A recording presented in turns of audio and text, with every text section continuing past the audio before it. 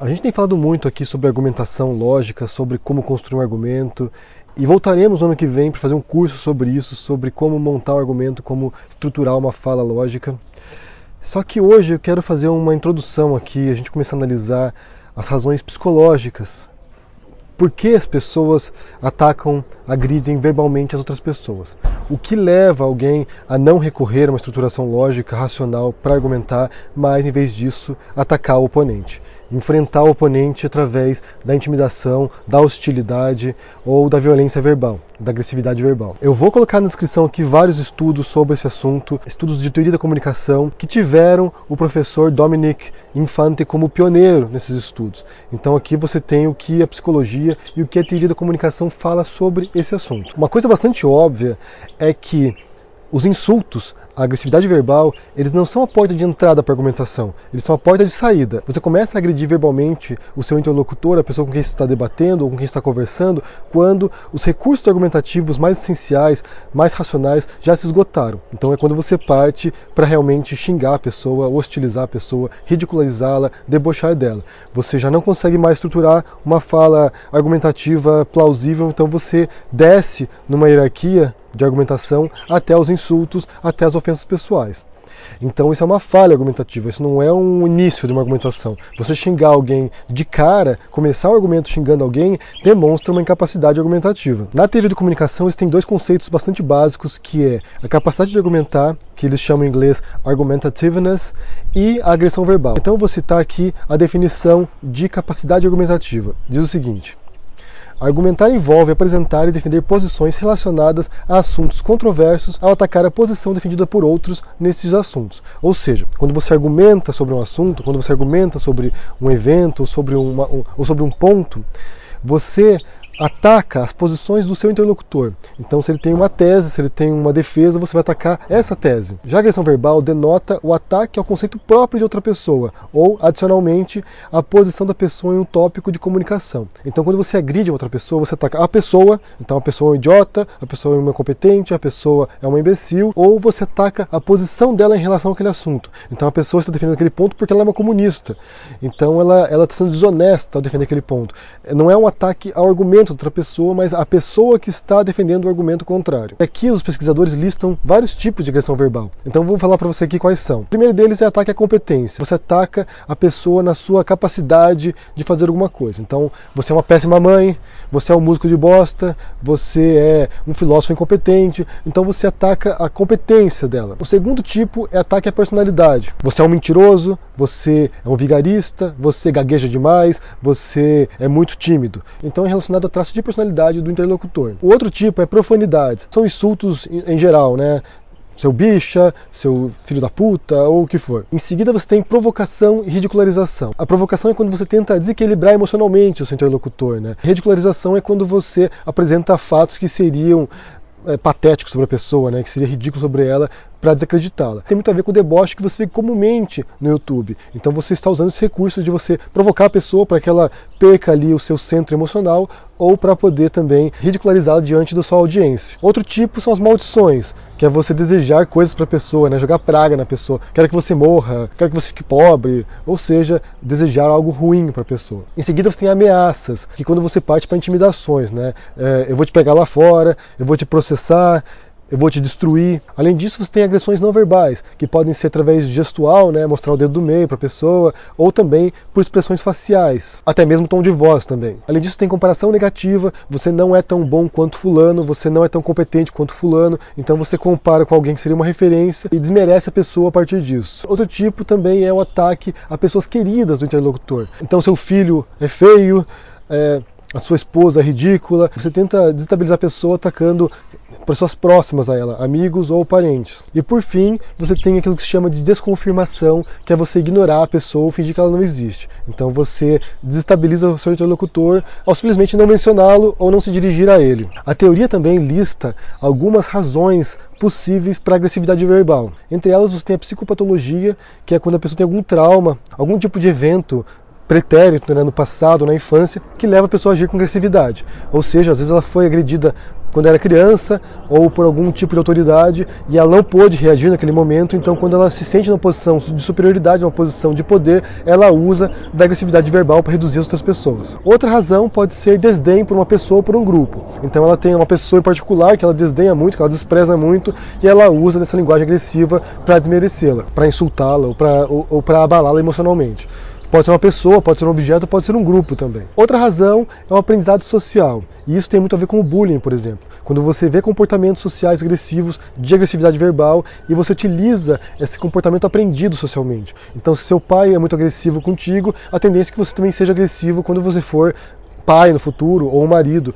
Se você vê agressividade em casa ou na escola, a tendência é que você reproduza esse comportamento e age desse modo também. Uma outra razão também que está sendo estudada é a genética. Há pessoas que são naturalmente predispostas à agressividade e à violência, então pode ter um traço hereditário isso. E por fim, a última explicação tem a ver com déficit de habilidade argumentativa, ou seja, a pessoa não sabe argumentar, ela não consegue estruturar o argumento e ela se sente frustrada e quando confrontada com essa frustração, ela age de maneira agressiva como reação. Então vamos supor que tem um debate entre duas pessoas, uma pessoa argumenta melhor e outra pior. Essa pessoa que argumenta pior pode em algum momento se sentir frustrada, desesperada ali, perdida em suas ideias e começa a reagir com agressividade, com violência em relação ao interlocutor. Essas causas não são excludentes. Você pode ter vários desses fatores envolvidos num único sujeito, num único interlocutor. E também tem um baixo nível de capacidade argumentativa. São fatores que vão se somando ali para tornar a pessoa mais agressiva verbalmente. O que se sabe até esse momento é que o grau de agressão verbal das pessoas está intimamente vinculada à escolaridade, à cultura, ao sexo e à religião. Ou seja, pessoas com baixo nível de escolaridade tendem a recorrer à agressão verbal mais frequentemente do que pessoas com alto nível de escolaridade. Há um aspecto cultural envolvido nisso, né? Há países, há grupos, há subculturas que são mais agressivas verbalmente do que outras. Os homens tendem a ser mais agressivos verbalmente do que as mulheres e tendem a se envolver mais em debates e em argumentação. E na religião também, a religião serve como fator de controle comportamental. Então, quando a pessoa é um devoto de alguma religião, pelo menos dentro do seu círculo religioso, ela tende a evitar confrontos verbalmente agressivos. Ela tende a buscar uma solução mais pacífica, mais positiva para um debate. Isso não quer dizer que a pessoa na religião dela não possa atacar outras religiões ou pessoas de outras vertentes religiosas. Mas pelo menos no seu círculo religioso elas tendem a evitar esse confronto negativo, agressivo, com insultos, com xingamentos. E quando a gente fala em relação ao nível de escolaridade, uma coisa que se sabe também, isso observando alunos universitários nos Estados Unidos, é que muitos cursos universitários não possuem uma disciplina obrigatória de argumentação, mas boa parte dos alunos norte-americanos fazem em algum momento ou outro um curso de debate, um curso para argumentar. E isso melhora muito a capacidade delas de argumentar e reduz a agressividade verbal dessas pessoas. Ou seja, o que eles propõem é que esse ensino de argumentação, esse ensino de debate, fosse uma matéria obrigatória nas escolas já, porque isso aí elevaria o nível do debate, elevaria o nível dos relacionamentos interpessoais no mundo em geral. Porque uma vez que você entende o debate, uma vez que você entende como funciona uma argumentação, a tendência é que você recorra cada vez menos a ataques pessoais. Inclusive isso também contribui para você entender quando alguém está te atacando também. Ou seja, você melhora a sua capacidade argumentativa e também consegue reconhecer melhor o argumento dos demais. Um dos treinamentos básicos de argumentação e de debates é aprender a atacar as posições do seu interlocutor, aquilo que ele está defendendo, as teses dele, em vez de atacar a pessoa do interlocutor.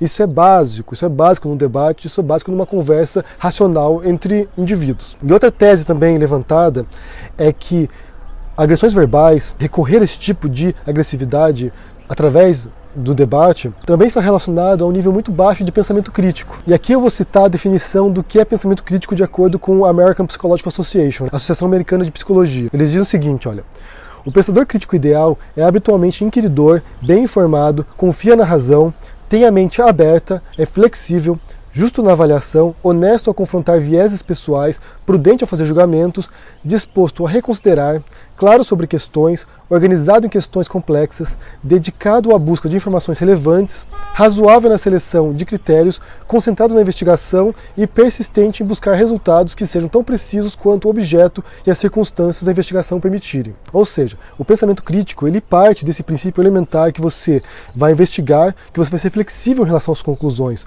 que você sabe que aquilo ali é uma construção e que você não tem uma verdade definitiva e uma resposta definitiva para as coisas.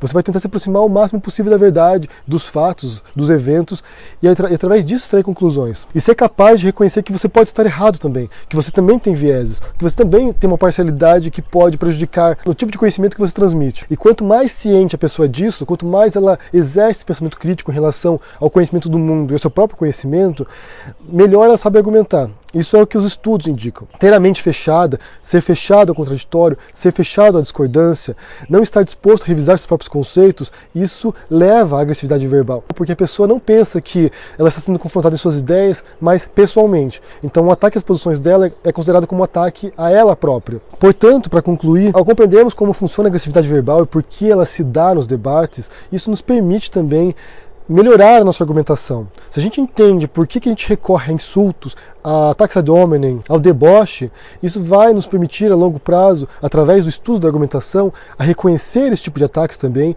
e a melhorar a nossa própria estruturação argumentativa. Como eu disse, os insultos, esses ataques pessoais, eles não são a entrada para o argumento, eles são a saída para o argumento. É quando a pessoa já não consegue mais montar uma argumentação que ela é obrigada, ela é forçada, ela se sente impelida a atacar as pessoas com as quais ela está dialogando. A gente vê muito na internet isso, a gente realmente é muito habitual em debates políticos. Atualmente, pelo menos, você vê uma degringolação, você vê uma queda muito grande na qualidade do tipo de conversa atualmente na internet, nos debates políticos. Portanto, é preciso resgatar agora essa racionalidade, esse tipo de capacidade argumentativa que está se perdendo. Eu quero saber o que você pensa sobre esse assunto, se você sente que tem algo a acrescentar nesse debate aqui, nesse tipo de discussão, se faz sentido esses estudos psicológicos da teoria da comunicação sobre argumentação. Deixa um comentário aqui embaixo o que você pensa, deixa o joinha, assina o canal, ajude no apoia e a gente se vê por aí. Abraço e até mais. Tchau!